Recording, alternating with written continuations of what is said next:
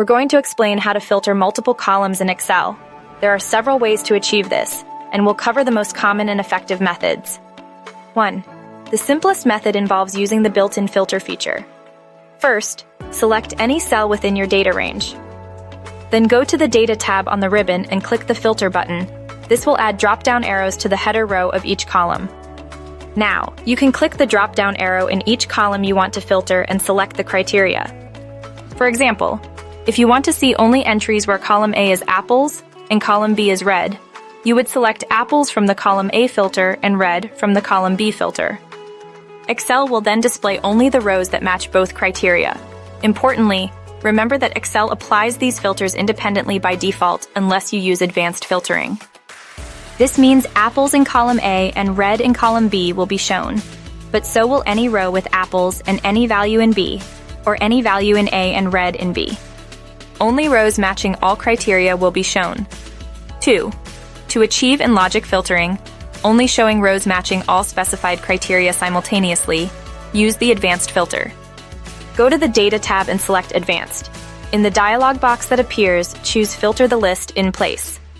Select your data range, then check the Advanced filter box. You'll then need to specify your criteria using a separate range of cells. In this range, create a row for each condition. For example, if you're filtering on columns A and B, create 2 rows. The first row would say apples in the column A cell and red in the column B cell.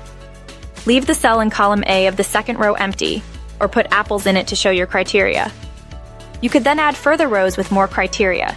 This allows more complex filtering and combinations.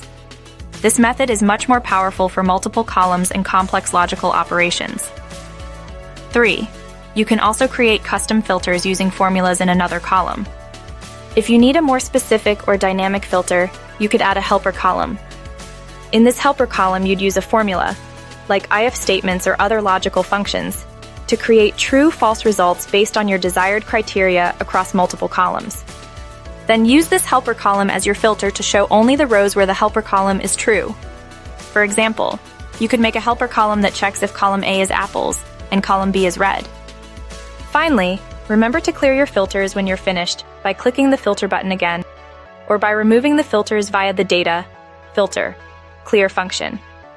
These methods provide flexibility in filtering your Excel data based on various combinations of criteria across multiple columns.